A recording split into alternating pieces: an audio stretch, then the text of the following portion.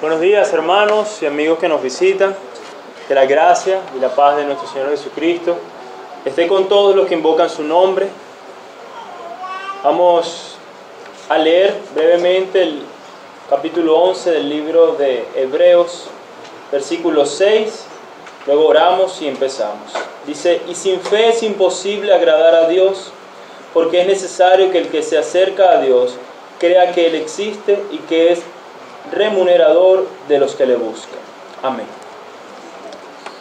Bendito Dios, hoy nos acercamos con certidumbre de fe por la sangre de Cristo, como cantábamos, sabiendo que esa sangre preciosa ha comprado perdón una vez y para siempre por medio de la ofrenda del cuerpo del Señor Jesús. Había que morir y enviaste a tu propio Hijo a morir por pecadores, para que la sangre preciosa del Cordero de Dios pueda limpiar a un pueblo para sí y hacerlos perfectos para siempre, Señor. Es en esa confianza, es en esa certidumbre que venimos ante tu presencia, reconociendo que solo por la sangre de Cristo somos aceptos, Señor. Gracias, oh Cristo. Gracias, Señor. Queremos rogar tu bendición en este tiempo, para que tu palabra obre en nuestras vidas. Ella que es viva y eficaz, hable a nuestras mentes y corazones. Que tú nos muestres a Cristo, que nos muestres la grandeza del Dios Trino. Señor, te rogamos que la iluminación de tu Espíritu quite los velos en nuestros corazones, nos hagas más conforme a tu semejanza, Señor. Ayuda a tu iglesia a estar atento, ayúdanos con las distracciones, Señor. Ayúdame a mí con fidelidad, Señor, y claridad a exponer tu palabra. Tú conoces nuestras necesidades, Señor. Lo que más necesitamos es más de ti, Señor.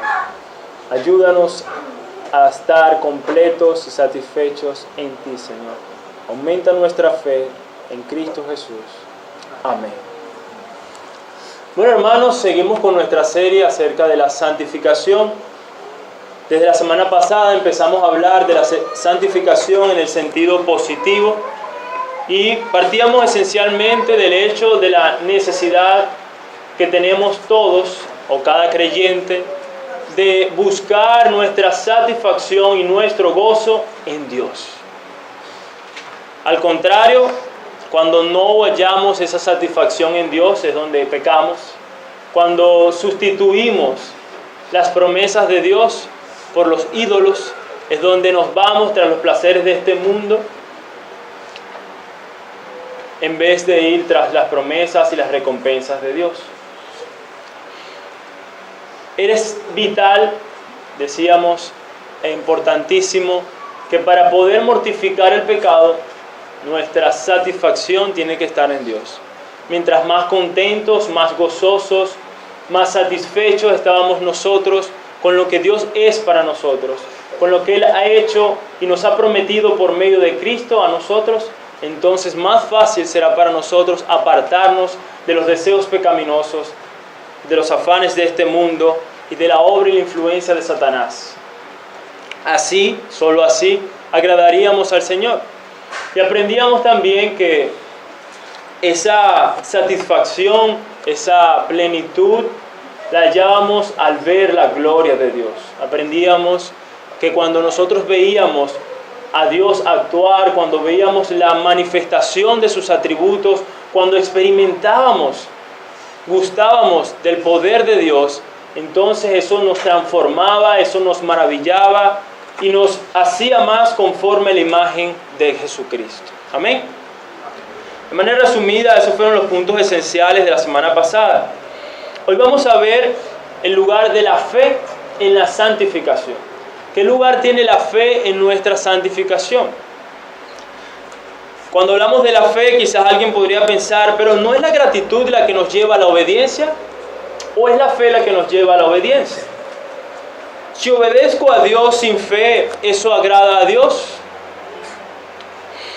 ¿Hemos pensado alguna vez, hemos reflexionado que nos cuesta obedecer a Dios porque tenemos muy poca fe en Él? ¿Alguna vez hemos pensado eso? Que quizás la raíz que está detrás de toda nuestra desobediencia es que somos muy incrédulos. Quizás nos hemos percatado de esto. ¿O cuál es la relación que existe entre la fe y la obediencia? Hablamos mucho de la obediencia, y claro que sí, obedecer sus mandamientos, la evidencia del amor a Dios. Pero para obedecer sus mandamientos, ¿será que se requerirá algo antes? Esperemos hoy hablar y responder algunas de estas preguntas. Y quisiera llamar su atención que podamos estar bastante atentos, que podamos seguir los textos de las Escrituras y poder analizar el testimonio bíblico de la importancia que tiene la fe, esa confianza en el único Dios verdadero, no la fe en la fe, sino la confianza en Dios, la confianza en sus promesas, para ayudarnos a perseverar, para ayudarnos a mortificar nuestro pecado y poder honrar al Señor. Amén. Bueno, quisiera empezar hablando un poco acerca de la gratitud. ¿Por qué la gratitud? Bueno, porque generalmente escuchamos que la motivación en nosotros para obedecer a Cristo generalmente debe ser la gratitud. Siempre hablamos de que cuánto ha hecho el Señor por nosotros, nosotros entonces deberíamos estar dispuestos a hacer mucho más por Dios. Ahora, algo que quiero afirmar, y vamos a ver el testimonio de las Escrituras, es que la gratitud no es el medio que Dios eligió para hacernos más santos.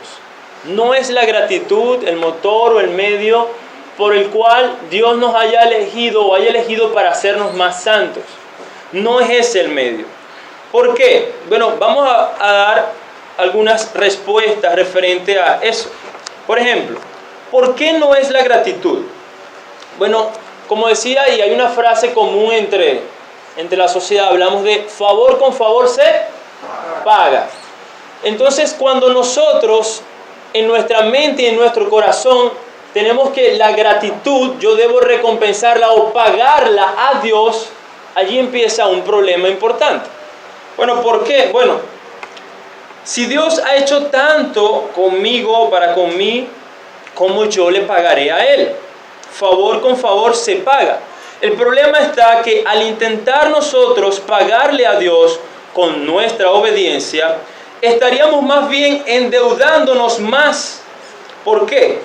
Porque esta obediencia es una obra de la gracia de Dios. Primera de Corintios capítulo 15, versículo 10. Primera de Corintios capítulo 15, versículo 10. Dice de la siguiente manera: pero por la gracia de Dios soy lo que soy, y su gracia para conmigo no resultó vana. Antes bien he trabajado mucho más que todos ellos, aunque no yo, sino la gracia de Dios. Así que si en nuestra mente y nuestro corazón se encuentra es que yo voy a pagarle a Dios todo lo que Él ha hecho por mí, la salvación que Él me ha regalado, con mi obediencia, a la larga realmente no le estamos pagando nada. Porque aún la obediencia que nosotros hacemos se debe a la gracia que Él nos suministra para obedecer. Así que lo que estaremos es aumentando más la deuda que tenemos con Él, o con Cristo, o con Dios. Segundo aspecto, si nosotros intentamos pagarle a Dios con nuestra obediencia o pagarle por su favor, estaríamos anulando su gracia. La salvación se convertiría en una deuda en vez de una salvación por gracia. Si seguimos con el ejemplo de favor con favor se paga, cuando nosotros tenemos esta mentalidad, nosotros, si colocamos un ejemplo cotidiano, alguien nos hace un favor, por ejemplo, nos invita a comer. ¿Cómo se siente uno? No, yo tengo que ver cómo invito a comer a esa persona, porque él ya me hizo un favor. Nos sentimos en deuda. Pero cuando nos sentimos en deuda y tratamos de pagarle a esa persona, entonces a la larga cuando le pagamos o le devolvemos el favor, realmente entonces no fue ningún favor, porque yo terminé fue pagándole algo. Entonces se contó fue como una deuda, y es así como usa el lenguaje el libro de Romanos referente a la fe, la gracia, las obras y el trabajo. Romanos capítulo 4, versículos 4 y 5 dice así: ahora bien, al que trabaja, el salario no se le cuenta como favor, o gracia. No se le cuenta, ¿por qué? Porque él trabajó para eso. Sino como deuda. Mas al que no trabaja, pero cree en aquel que justifica al impío, su fe se le cuenta por justicia. Así que cuando nosotros trabajamos por algo, tenemos nosotros la esperanza de recibir un pago, deuda. Se nos debe algo. Yo hice esto, tú me debes a mí corresponder con algo. Pero dice ahí, pero cuando no trabajamos y se nos da algo, entonces eso es gracia. Nuestra salvación, cuando intentamos nosotros pagarle a Dios, estaríamos entonces diciéndole a Dios, bueno Dios, tú me has dado un regalo, pero yo quiero pagarte ese regalo. Si yo intento con esta mentalidad, a través de mi obediencia, pagarle a Dios, ¿qué es lo que le estoy diciendo? Bueno, gracias porque tú me has dado a Cristo para salvarme, pero con mi obediencia yo te quiero devolver el favor.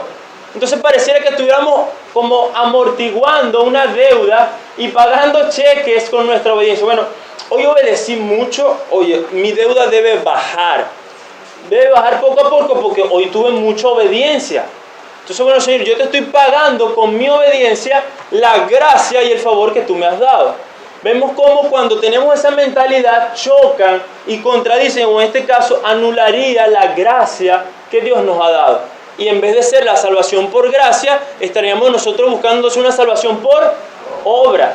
Exactamente. Estaríamos diciéndole a Dios, tú me deberías dejar entrar al cielo porque yo he hecho esto, esto y esto, y no por la obediencia de Cristo. Eso es lo que le estaríamos diciendo. Allí mismo en el capítulo 4, en el versículo 16 dice, por eso es por fe, para que esté de acuerdo con la gracia, a fin de que la promesa sea firme para toda la posteridad. Hay una relación, como leía también el hermano en Efesios capítulo 2, entre la gracia y la fe. La gracia es algo que no merecemos, es algo que no nos hemos ganado, no nos hemos sudado para obtenerlo, sino que Dios libremente nos las quiere otorgar. Ahora, ¿cómo recibimos esa gracia? Por la fe. Confiamos en eso y recibimos la gracia.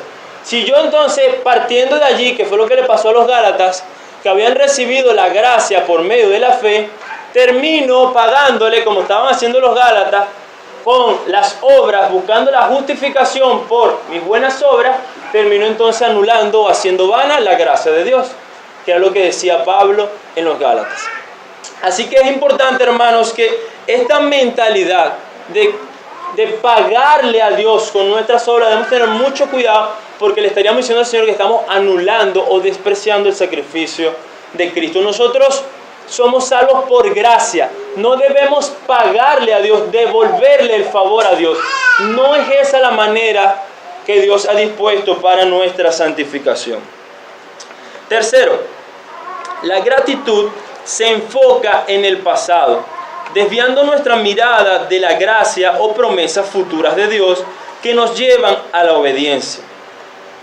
¿Qué pasa con la gratitud? O cuando tratamos de buscar nuestra santificación por medio de la gratitud. La gratitud solo nos lleva a este punto. Como Cristo ha hecho esto por mí en el pasado, entonces yo debería pagarle a Cristo esto en el presente. ¿Y qué es lo que pasa? Que muchas veces esa motivación es insuficiente para vencer nuestros deseos pecaminosos y terminamos, por más que sabemos que Él merece mucho, por más que sabemos que Él es digno de dicha obediencia, nos quedamos incapacitados para obedecer a Dios. ¿Por qué? Bueno, porque Dios ha diseñado que la manera de persuadirnos o de persuadirnos y llevarnos a esa obediencia radical no es por la gratitud, sino por medio de la fe. Y eso lo vamos a ampliar más. Pero recordando, porque esto lo hemos hablado en otra de las predicaciones, si colocamos un ejemplo de la gratitud, de la generosidad, y Dios quiere que nosotros seamos generosos. ¿Qué pasa por nuestro pecado? Cuando vamos a dar algo, lo primero que nos viene es, ¿y si doy esto, con qué me quedo yo? ¿Y qué voy a comer mañana? ¿Y qué comeré la semana que viene si yo le doy esto? Entonces ahí viene la lucha. yo sé que Cristo murió por mis pecados. Yo debería dar, sí, pero ¿y mañana? Y viene esa lucha y ese combate allí. ¿O qué gano yo con darle eso a esa persona? ¿Qué recompensa me va a dar? Porque favor con favor se paga. ¿Qué me va a dar él?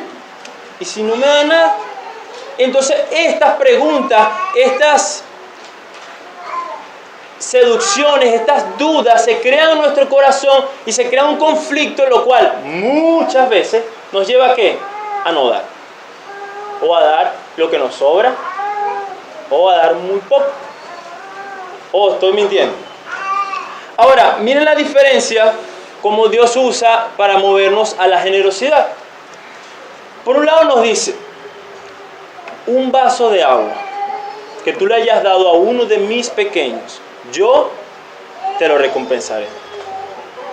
¿Quién me va a dar él? A lo mejor el hermano no me dará nada. Es lo que Dios está diciendo. Pero yo que soy Dios, yo sí te daré recompensa. Oh, es otra cosa. Cambia el panorama. O si hablamos de suplir, ¿qué promesa? ¿Será que hay algunas promesas que nos llevan a confiar en Dios porque Él nos dará para el futuro? Bueno, creemos que sí. Nos dice que mi Dios pues suplirá conforme a sus riquezas en gloria todo lo que sea necesario para nosotros, nos dice en Colosenses. Nos dice que si buscamos el reino de Dios y su justicia, ¿qué nos dice Él? Todas estas cosas, y habla de ¿qué? De sustento y abrigo, Dios nos las va a sustentar. Así que cuando nosotros pensamos en las promesas futuras de Dios, nos lleva, ya va, pero Dios me ha prometido que si yo le doy esto a tal persona, o si soy así con esta generosidad, Él me va a recompensar y Él me ha prometido suplirme. Entonces, ¿qué ocurre eso en nuestro corazón? Nos persuade diciéndonos que ese camino, el que Dios nos está dando a través de sus promesas, es mucho mejor, llevándonos entonces a la obediencia. Por eso es que la gratitud se queda limitada y muchas veces si nos quedamos buscando esa obediencia a través de la gratitud, nos sentiremos frustrados. Porque la gratitud tiene su lugar en la salvación, tiene su lugar en nuestra vida cristiana, pero no es el motor, no es el medio que Dios eligió para hacernos santos, sino el medio fue la fe. Por último, y no menos importante, en la Biblia no leemos que la gratitud es el medio que Dios usó para que obedezcamos a Dios. Vamos a ver solo algunos textos. Seguiremos creciendo en algunos textos con respecto a la tarde, pero vamos a ir a Gálatas 5:6. Vamos a ver cómo la Biblia describe esta santificación. Gálatas 5:6.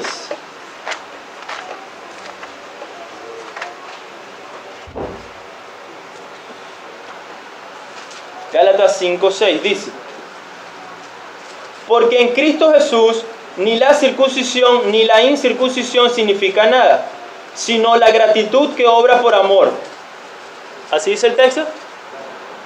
No, dice la fe que obra por el amor. Seguimos leyendo. Vamos a ir a Hebreos capítulo 11, versículo 8. Hebreos capítulo 11, versículo 8. Dice: por la gratitud, Abraham, al ser llamado, obedeció saliendo para un lugar que había de recibir como herencia y salió sin saber a dónde iba. ¿Así dice el texto? No, dice por la fe. Seguimos. Segunda de Corintios capítulo 5, versículo 7. Dice: porque por gratitud andamos y no por vista. No, dice porque por fe andamos y no por vista. Seguimos y podemos seguir abundando en ejemplos y ir a Romanos capítulo 1, versículo 17, dice: mas el justo por la gratitud vivirá. ¿Así dice?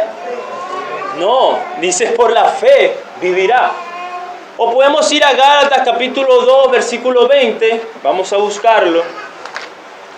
Gálatas capítulo 2, versículo 20. Y dice: con Cristo he sido crucificado y ya no soy yo el que vive, sino que Cristo vive en mí. y la vida que vivo ahora, la vivo en la carne, y la vida que ahora vivo en la carne, la vivo por la gratitud en el Hijo de Dios, el cual me amó y se entregó a sí mismo por mí. ¿Así dice? No, dice la vida que vivo, ¿la vivo por qué? Por fe en el Hijo de Dios. Así que lo que Dios ha dispuesto es que a través de la fe, el testimonio bíblico nos dice que es esa fe la que nos lleva a la obediencia. Por eso Santiago nos dice que la fe sin obras es muerta. Y cuando habla de esas acciones, son las acciones que evidenciaron la fe verdadera. No dice por la gratitud, las obras son muertas. Sin la gratitud, las obras son muertas. Dice no. Dice que es la fe que sin obras está muertas. El testimonio bíblico, hermanos, de esto es abundante. Y quiero que partamos de allí, que la palabra de Dios nos dice que nos va a llevar a través de la obediencia es por medio de la fe. Por eso partí, el primer versículo que leía era Hebreos 11:6. ¿Puede decir Hebreos 11:6? Que es imposible agradar a Dios si no es por medio de la fe. Porque el que se acerca a Dios debe creer que Él existe, pero no solo eso, sino que Él es galardonador, recompensador de los que le buscan. Sin esa fe, ninguna de nuestras acciones obedientes agrada a Dios. Es más, eso fue lo que intentó el pueblo de Israel, por lo cual dice Pablo que Dios lo rechazó. Porque ellos buscaron o fueron tras la justicia, no por la fe, sino por la ley. Ese fue el problema. Así que nosotros buscar una obediencia que no sea por medio de la fe, estaríamos cayendo en el mismo error de ellos o en el mismo error de los Gálatas. De allí la importancia que nosotros debemos tener con respecto a la fe. Y como decía, la fe es el medio. Entonces, ya habiendo hablado de la gratitud, vamos a pasar a por qué sí es la fe. La fe es el medio que Dios eligió para hacernos santos. Bueno, la primera razón, como lo estamos viendo, es que el testimonio bíblico así lo dice. Dios eligió que sea la fe el medio por el cual Él nos va a santificar o nos va a llevar a la obediencia. Algo importante, y de las preguntas que hacíamos en la introducción, era ¿qué relación había entre la fe y la obediencia? Bueno, solamente si vamos al capítulo 11 del libro de los Hebreos, podemos ver claramente que primero ellos creyeron y luego obraron u obedecieron. Así que nosotros debemos entender que es necesario nosotros confiar en Dios y en sus promesas para poder obedecer a Dios. Sin esta fe, nuestra obediencia no se podrá dar. O como muchas veces nos sentimos como difícil, como arduo, como qué complejo. La lucha va a estar. Pero cuando nosotros confiemos, podremos obrar conforme a estos hombres. Vamos a ir rapidito allí a Hebreos capítulo 11. Solo algunos de los eventos. Dice, por la fe, Noé, siendo advertido por Dios acerca de cosas que aún no se veían, con temor preparó un arca para la salvación de su casa, por lo cual condenó al mundo y llegó a ser heredero de la justicia que es según la fe. Si pensamos por un momento en lo que ocurrió con Noé, como nos han predicado en la escuela dominical, nos han enseñado, este hombre recibe esta noticia, o Dios se le revela. Este hombre duró 100 años construyendo esta arca. ¿Será que tuvo fe? Este hombre confió en algo que nunca había ocurrido, nunca había llovido en la tierra. Dice en los primeros capítulos de Génesis que Dios enviaba como un rocío, pero nunca había llovido. Ahora este hombre, Dios le dice que va a caer un diluvio que va a matar a todo el mundo y, oye, hay que tener fe. Si nunca ni siquiera había llovido en la tierra. Entonces, ¿qué dice la Escritura? Bueno, cuando él confió en Dios, creyó que tal cual como Dios le había dicho así ocurriría.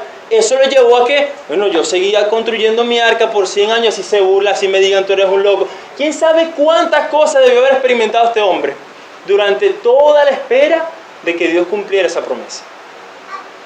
Y así nos dan el ejemplo de por fe Abraham, nos dan el ejemplo de Moisés, Jacob, José, Por la fe Moisés, cuando era ya grande, versículo 24, rehusó ser llamado hijo de la hija de Faraón, escogiendo antes ser maltratado con el pueblo de Dios que gozar de los placeres temporales del pecado, considerando como mayores riquezas el oprobio de Cristo que los tesoros de Egipto. ¿Por qué? ¿Por qué Moisés hizo eso? Porque tenía la mirada puesta en la recompensa.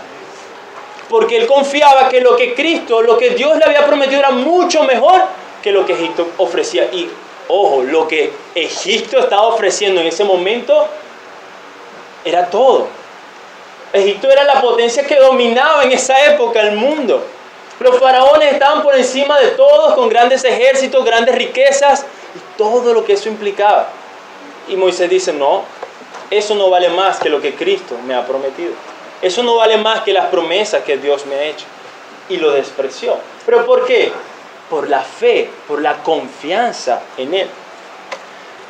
Así que, repito, es necesario la fe que nos lleve a la obediencia. Necesitamos confiar, creer a Dios y entonces esa confianza en Él nos llevará a la obediencia. Otro de los aspectos por lo cual la fe o el lugar que tiene la fe en la santificación es que por la fe nosotros recibimos el poder de Dios para obedecer. Leíamos allí en Romanos capítulo 4, versículo 16, que es por fe para que esté de acuerdo con la gracia. ¿Cierto? Ahora, ¿qué pasa? 2 Corintios 12:9. 2 Corintios 12:9.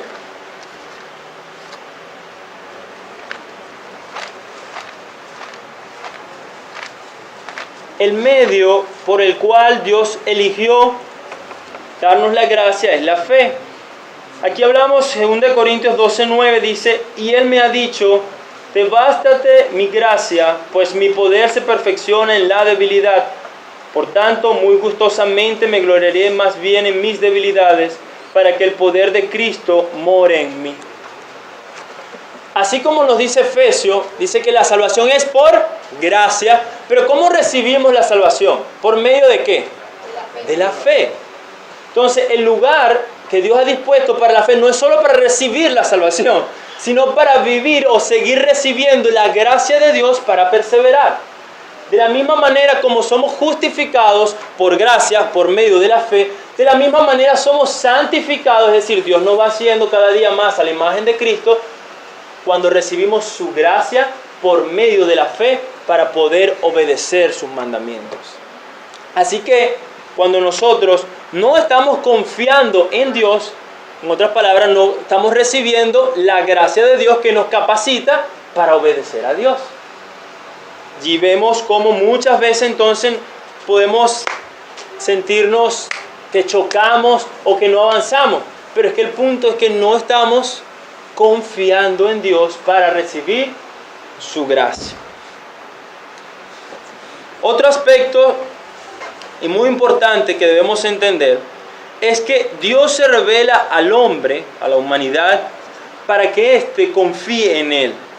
Dios usa sus actos o sus obras o sus milagros para que coloquemos nuestra confianza en Él, tanto en el presente cuando Dios se nos revela, como en el futuro.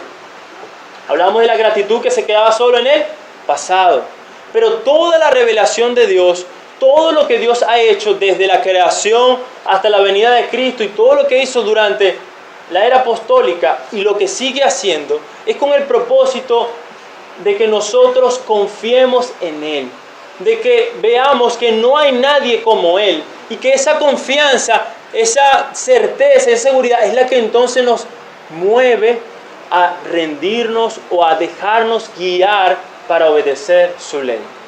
Vamos a ir al Salmo 78. Salmo 78.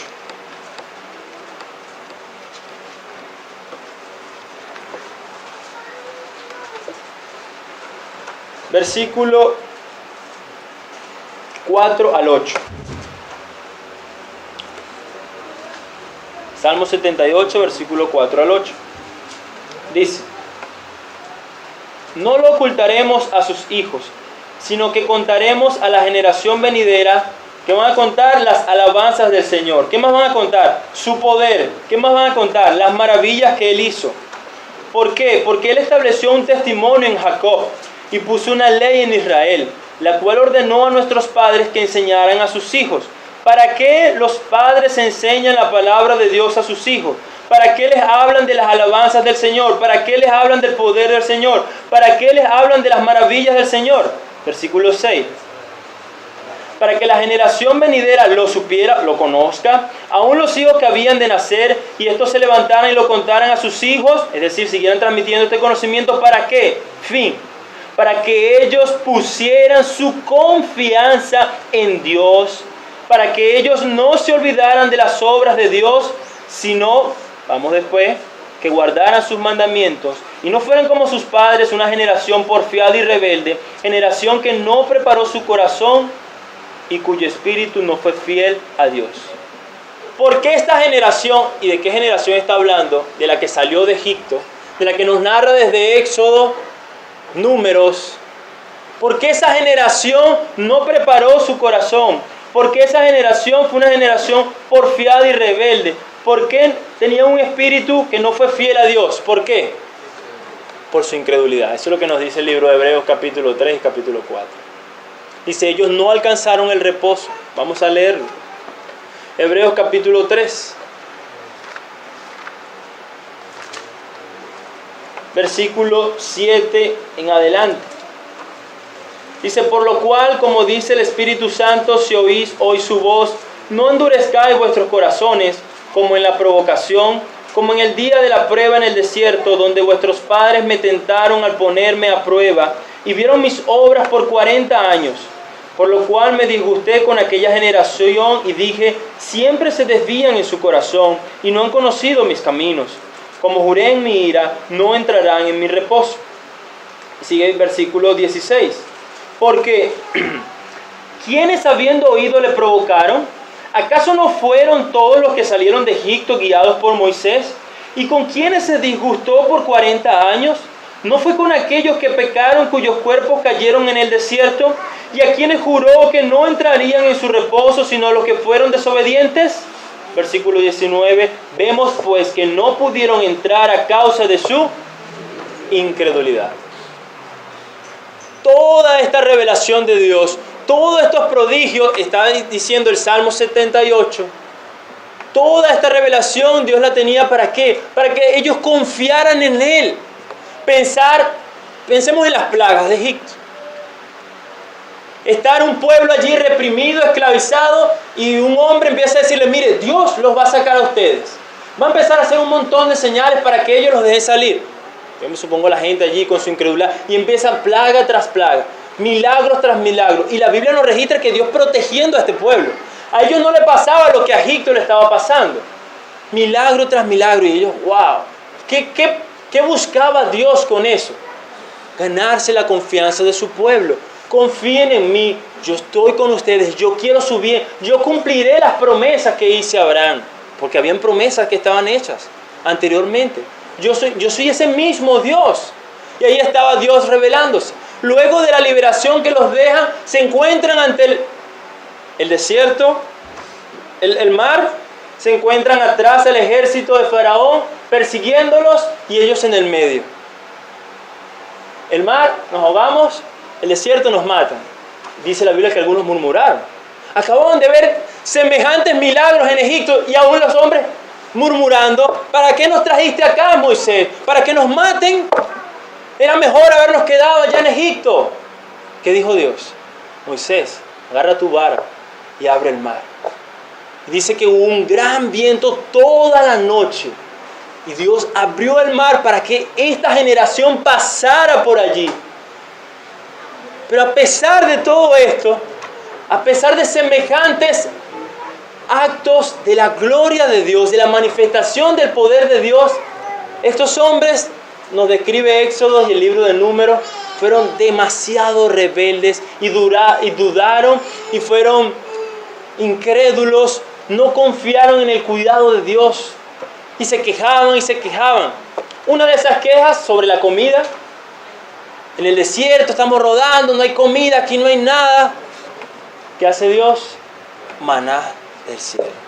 Crea de la nada una materia y les dice, yo soy quien lo sustenta. ¿Para qué Dios se revela así?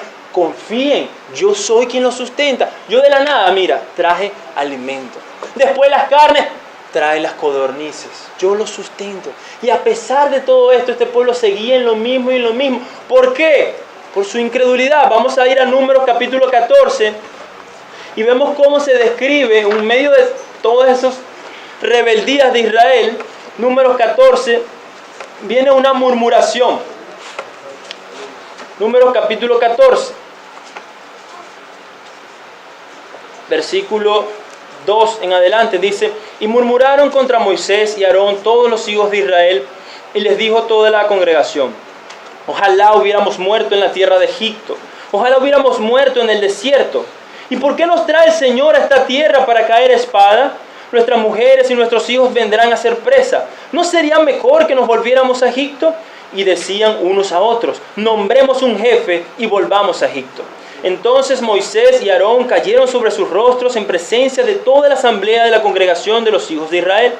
Y Josué, hijo de Nun, y Caleb, hijo de Jefoné, que eran de los que habían reconocido la tierra, rasgaron sus vestidos y hablaron a toda la congregación de los hijos de Israel diciendo: la tierra por la que pasamos para reconocerla es una tierra buena en gran manera. Si el Señor se agrada de nosotros, nos llevará a esa tierra y nos las dará. Es una tierra que emana leche y miel. Solo que no se rebelen contra el Señor, ni tengáis miedo de la gente de la tierra, pues serán presa nuestra. Su protección les ha sido quitada y el Señor está con nosotros. No le tengáis miedo. Pero toda la congregación dijo que los apedrearan. Entonces la gloria del Señor apareció en la tienda de reunión a todos los hijos de Israel. Y el Señor dijo a Moisés, escuchen lo que Dios dice: ¿hasta cuándo me desdeñará este pueblo o despreciará? ¿Y hasta cuándo no creerán en mí a pesar de todas las señales que he hecho en medio de ellos? ¿Cómo está interpretando Dios? Él está diciendo: yo he dado suficientes pruebas y señales que yo les amo, que yo estoy con ustedes y que yo les estoy cuidando. ¿Hasta cuándo seguirán con su incredulidad?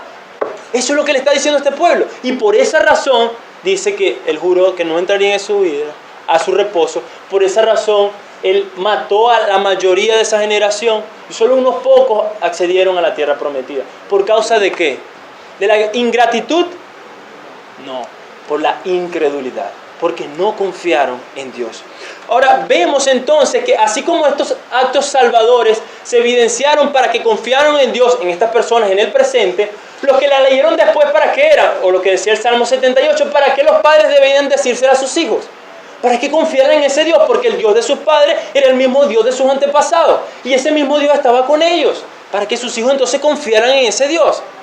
Y sigue un acto salvador más. Vamos a ir a Romanos capítulo 8. Romanos capítulo 8, versículo 32.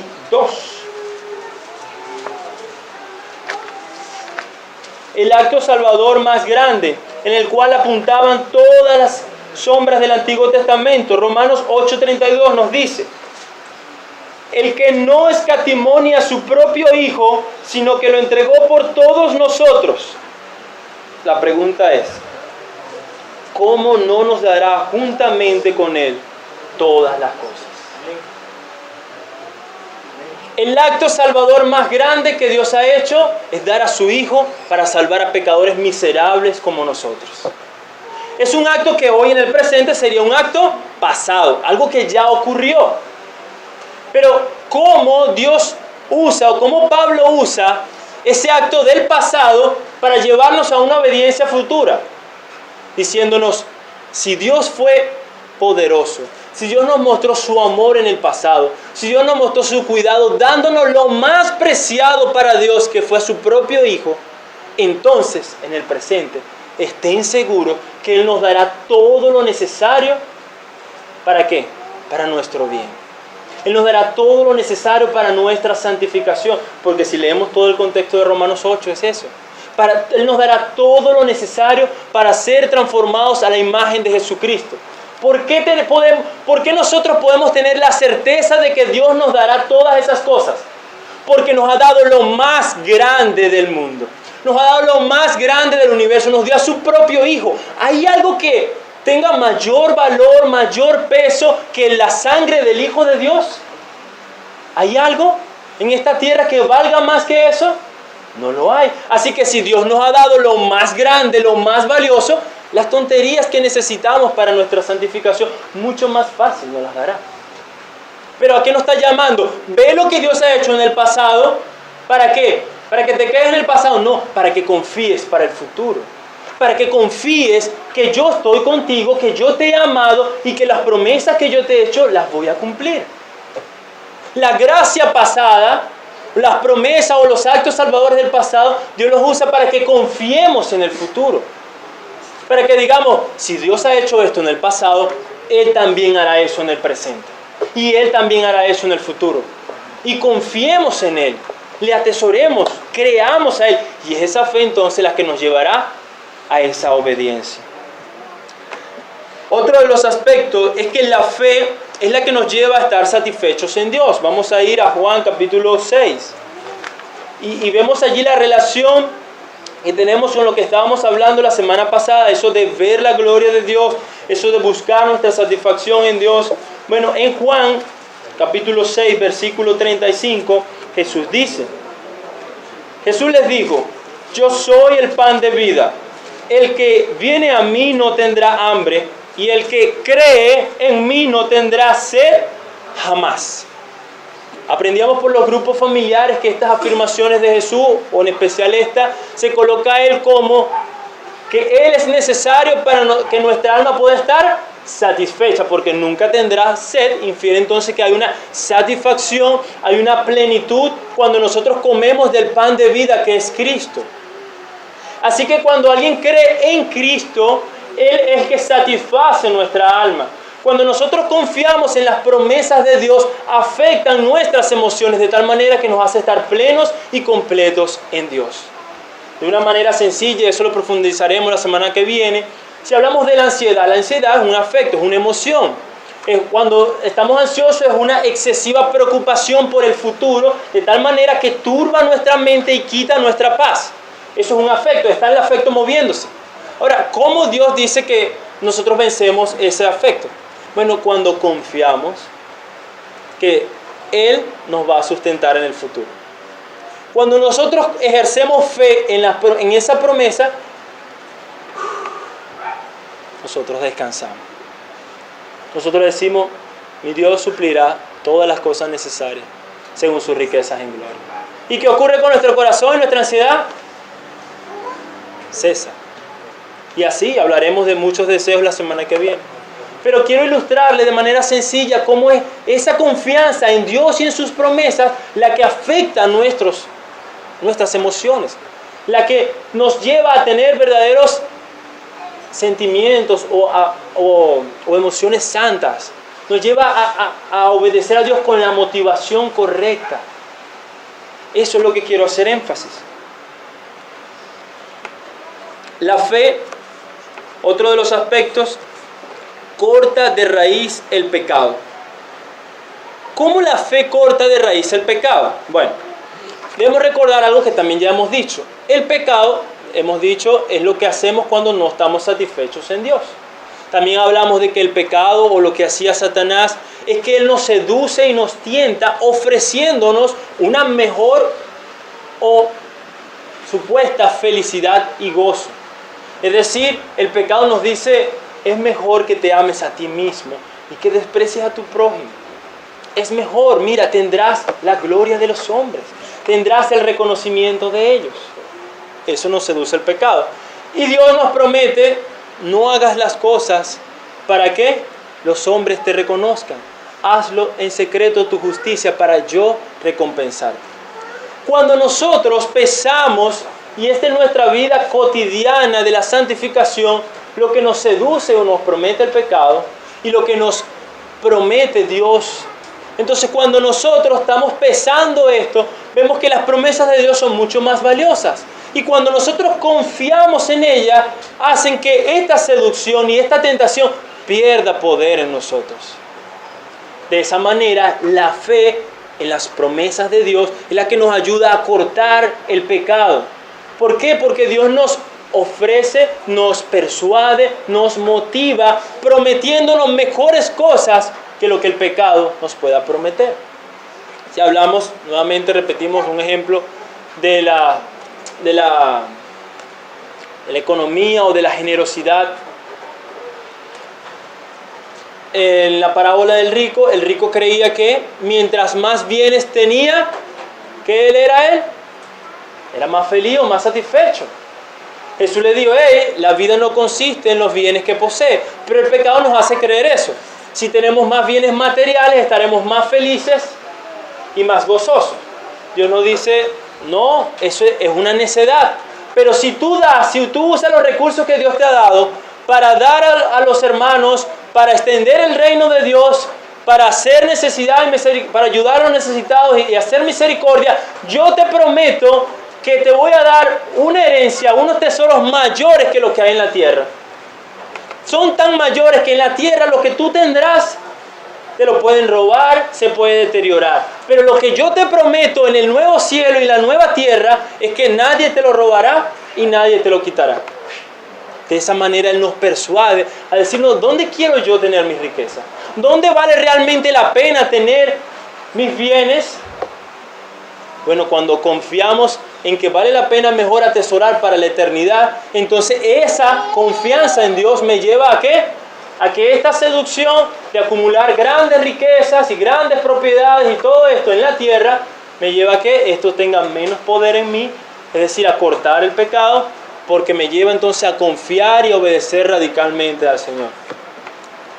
Cuando nosotros vemos y hemos leído libros y biografías de hombres que evidenciaron una vida de gran piedad y de grandes sacrificios para el Señor, lo que no podemos quitar de vista es que estos hombres tenían una gran confianza en Dios y en sus promesas.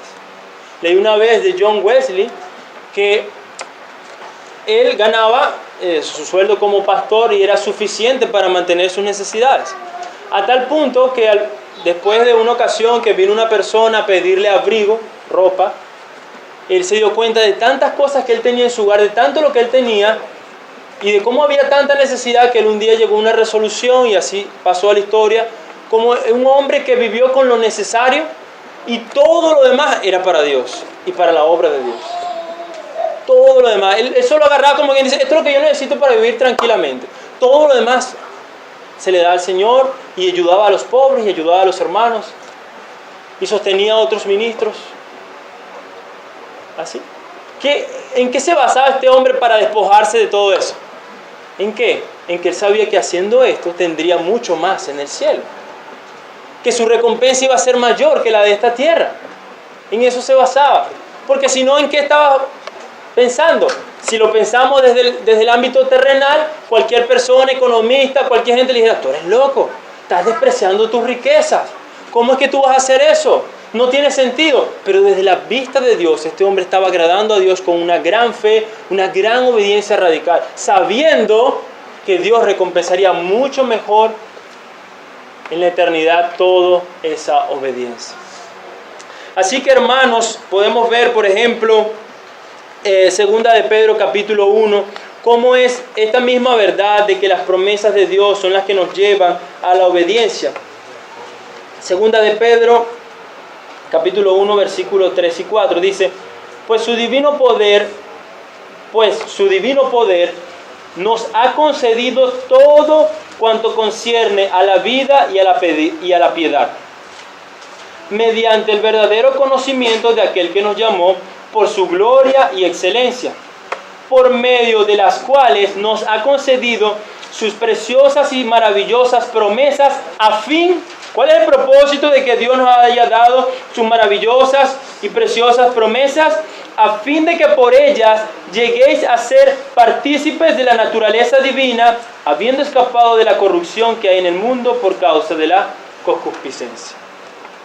Dios nos da sus promesas, Dios nos da sus testimonios, Dios nos da sus obras. ¿Para qué? Para que por medio de ella, para que confiando en ella, seamos transformados o seamos partícipes de la naturaleza divina, para que seamos transformados a la imagen de Cristo. O como terminaba segunda de Pedro, que lo leíamos con el pastor, ¿para qué? Para que al final alcancemos la herencia que Él nos ha prometido. ¿Y cómo la alcanzamos? Bueno, ahí mismo 2 de Pedro lo leímos. Dice, por tanto, amados, versículo 14, puesto que aguardáis estas cosas, ¿qué cosas? Leíamos anteriormente, cielo nuevo y tierra nueva, que dice, procurad con diligencia ser hallados por él en paz, sin mancha e irreprensible. Usa que las promesas, tú esperas el cielo nuevo y la tierra nueva, bueno, procura con diligencia ser hallado en el Señor en paz, irreprensible. Es decir, vive una vida piadosa. ¿Por qué? Porque tú estás esperando el cielo nuevo y la nueva tierra. Usa sus promesas para llevarnos a la santificación, para llevarnos a vencer el pecado. Colosenses capítulo 2.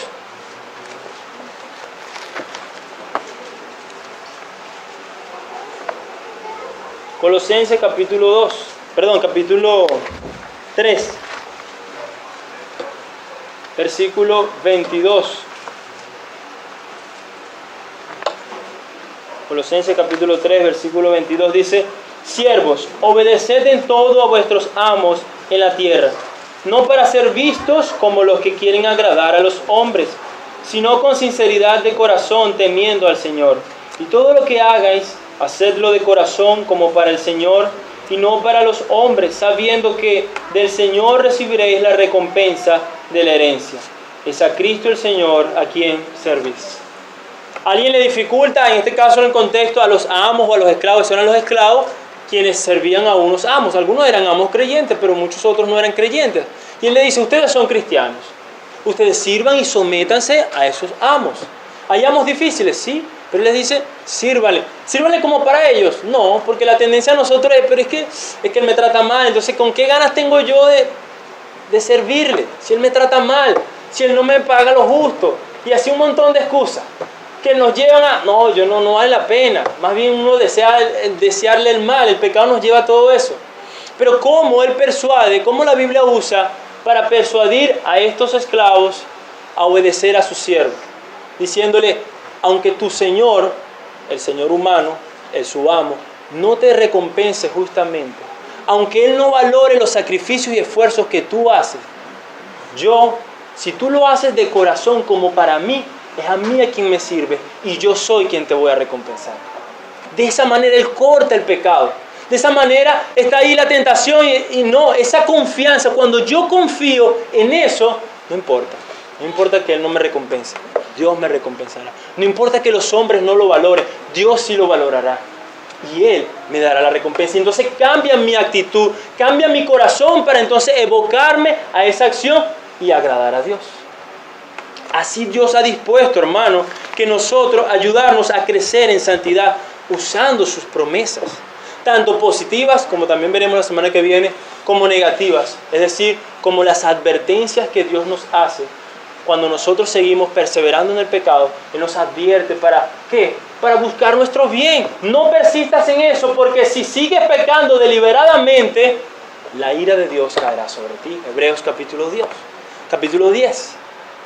¿Ven? Tanto las promesas positivas, es decir, la recompensa, es decir, la esperanza del nuevo cielo y la nueva tierra, como las advertencias, Dios las usa para que confiando en ellas nosotros nos apartemos del pecado y le agrademos a Él. Porque lo que Él nos espera es mejor. Porque ¿acaso no hay amor cuando Dios nos dice, no sigas pecando deliberadamente, porque la ira de Dios está sobre ti? ¿Qué te está diciendo? Si te apartas, obtendrás la recompensa, que es lo que sigue leyendo el capítulo 10 de los Hebreos. Si tú te apartas del pecado y honras al Señor, yo te voy a recompensar y podrás obtener la herencia. Así que cuando Dios nos hace advertencias tan fuertes, aún nos está mostrando su amor y su cuidado por nosotros, para despertarnos, para sacudirnos de que no sigas en ese pecado, no te mantengas en eso. Reacciona, huye de eso para que puedas confiar y puedas obtener las promesas que yo te he dado. Vemos la bondad y el amor de Dios. Por último, la fe, hermanos, glorifica a Dios. Decíamos en Hebreos capítulo 11, porque sin fe es imposible agradar a Dios. Y los que se acercan a Dios deben creer que Él existe y que Él galardona a los que le buscan. Ahora, ¿cómo la fe? ¿Por qué Dios eligió la fe como el medio para Él glorificarse. ¿Por qué no eligió la gratitud? Sino que eligió la fe. Bueno, la fe, primeramente, para nosotros ejercer fe necesitamos reconocer nuestra incapacidad. Primero que nada, nosotros no vamos a pedir ayuda si yo creo que soy capaz de hacerlo. ¿Para qué pedimos un favor? Bueno, porque no podemos hacerlo en el momento. Entonces pedimos un favor. ¿Para qué le pedimos a Dios algo? Bueno, porque yo reconozco que yo no puedo obtenerlo. Así que, a primera instancia, la fe glorifica a Dios porque hace que el hombre reconozca su incapacidad. Es decir, nos lleva a reconocer, no puedo vencer este pecado. No puedo. Ahora, ¿deberíamos quedarnos allí? Algunas veces nos quedamos allí, nos deprimimos, nos entristecemos, nos frustramos. Pero la fe hace que levantemos la mirada de nosotros mismos y la levantemos al que sí es suficiente. La fe hace que nosotros reconozcamos la capacidad de Dios. La fe hace que nosotros, viendo la gloria de Dios, digamos, si el Dios que abrió el mar rojo es el mismo Dios que me ha salvado a mí, ¿no es poderoso para ayudarme a vencer este pecado? ¿No tiene Él el poder para yo vencer dicho pecado? ¿O qué es más grande? ¿La lucha con la mentira, con la lujuria, que abrir el mar rojo? ¿En dónde se manifiesta más poder? Nosotros diríamos sin duda en esos eventos sobrenaturales. Bueno, ese mismo Dios que está en esos eventos sobrenaturales es el mismo Dios que nos ha salvado a nosotros. Entonces, cuando vemos a Dios, vemos la gloria de Dios, como aprendíamos la semana pasada, la fe, ¿qué nos hace? Él sí es poderoso para ayudarme. Él sí puede cambiar lo que yo no puedo. Él sí puede ayudarme a vencer lo que yo no puedo vencer. Entonces, la fe primero nos lleva a reconocer nuestra capacidad, pero segundo nos muestra que Él sí tiene el poder para ayudarnos a vencer nuestro pecado. Pero la fe no solo se queda allí viendo. La fe no solo ve, Él sí puede, sino que más. La fe nos lleva a orar, nos lleva a pedir que ayuda a Dios, dame gracia, ayúdame Dios porque yo no puedo, dame de tu gracia para yo vencer al pecado. ¿Y esas no son las ofertas que nos hace Cristo el sumo sacerdote?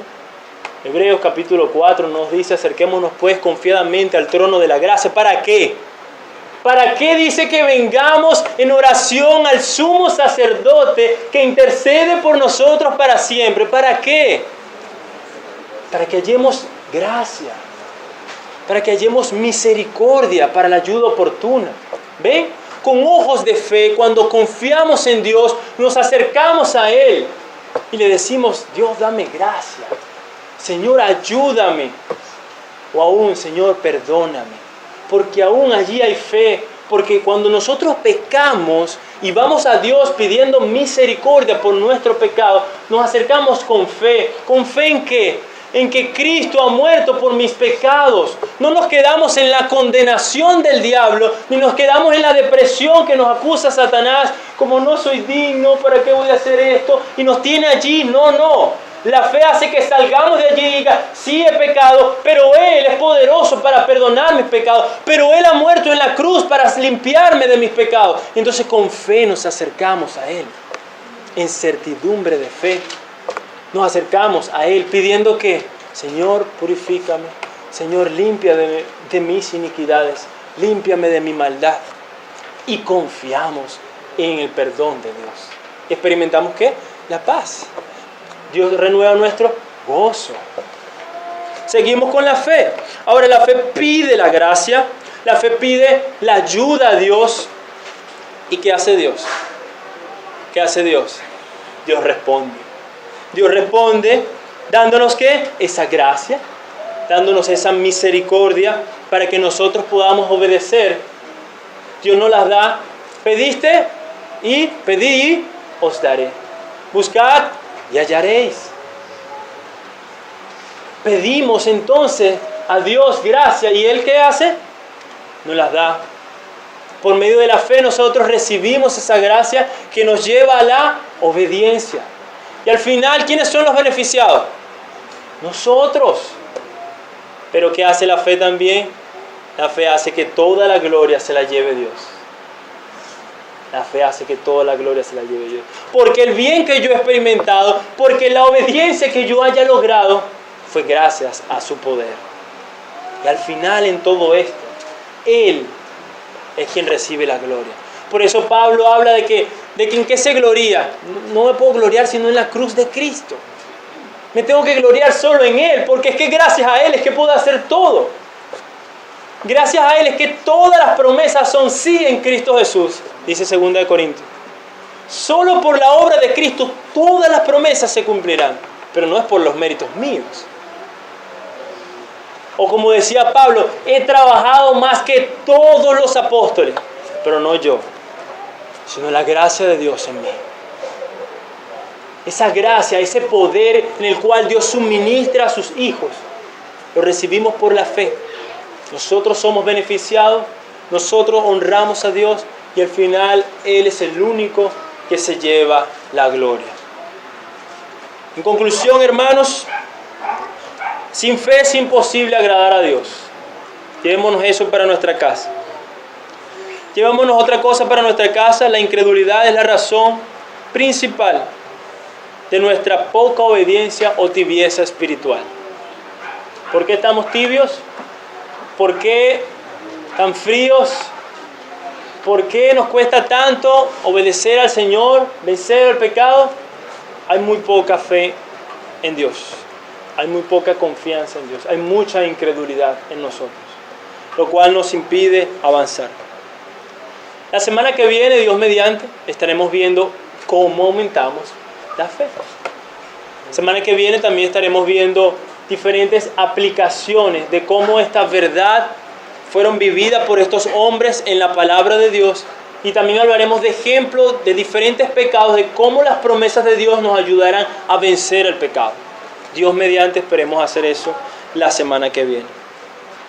A los amigos que nos visitan, que están acá, el Señor Jesús, el Hijo de Dios, se despojó de sí mismo, dice la Escritura, se despojó de la gloria del cielo para venir a esta tierra afectada por el pecado, para hacer lo que ninguno de los hombres podemos hacer, obedecer a Dios de manera perfecta, y para recibir la ira de Dios que merece nuestro pecado. Murió en la cruz, dice la Escritura, conforme a su palabra, llevando la ira de Dios por pecadores. Dice que resucitó al tercer día, venciendo la muerte, el pecado y a Satanás, siendo ascendido ahora como Rey y Sumo Sacerdote, quien intercede por los creyentes y quien viene por segunda vez a juzgar a este mundo y a dar la promesa del cielo nuevo y la tierra nueva a su iglesia. Esa es la esperanza del cristiano, amigo. Eso es lo que nosotros anhelamos, que Cristo venga, que Cristo haga juicio, que Cristo nos dé la herencia que estamos esperando con Él. Y Él manda a todos los hombres, dice el libro de los Hechos, en todo lugar y en todo tiempo, a que se arrepientan de sus pecados y confíen en Él, y tendrán vida eterna. Tendrán el perdón de sus pecados, tendrán la comunión con el verdadero Dios, con Jesucristo. Y podrán tener la certeza y la esperanza de la resurrección de entre los muertos, la esperanza del cielo nuevo y la tierra nueva. Estas son las buenas noticias. No endurezcas tu corazón, no persistas en tu incredulidad y cree, porque al que cree, dice que se le será contado como justicia, porque la confianza en el Hijo de Dios es la que te hará justo delante del Dios santo, santo, santo. Oremos. Bendito Dios, hoy te alabamos, te exaltamos por las maravillas que tú has hecho entre nosotros. Tú nos has colmado de tanta bondad, tú nos has mostrado tanta compasión, tú nos has mostrado, Señor, esos afectos, esa inclinación en amarnos sin ningún mérito, solo por gracia, Señor. Y no hay mayor acto de amor, como decía Romanos que habernos dado a tu Hijo, Señor.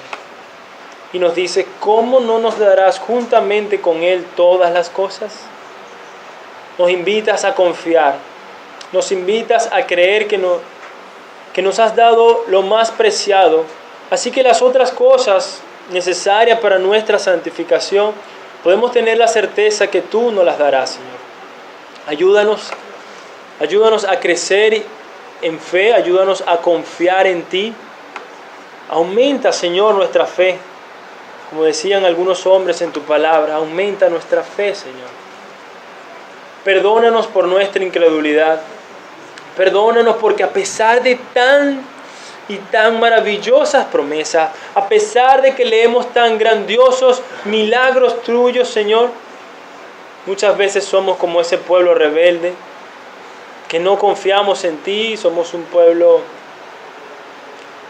que al final termina desdeñándote, despreciándote, yéndonos a los ídolos, Señor. Perdónanos, Señor. Pero pedimos ayuda, danos gracia, Señor.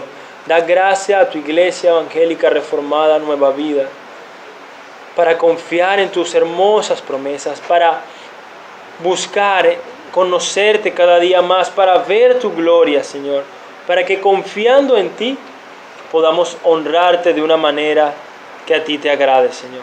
Poder ir a esa obediencia, Señor, en la que tú te agradas, una obediencia que procede de la fe, Señor. Una fe que obra por el amor, que mueve nuestros afectos hacia ti, Señor. Que mueve a que podamos hallar nuestra satisfacción en ti, Señor. Ayúdanos, Señor. Oh sumo sacerdote, danos gracia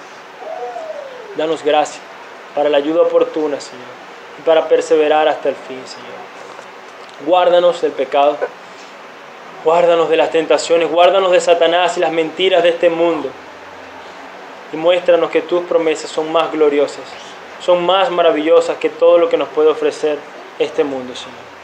En el nombre de Jesús te pedimos todas estas cosas. Amén.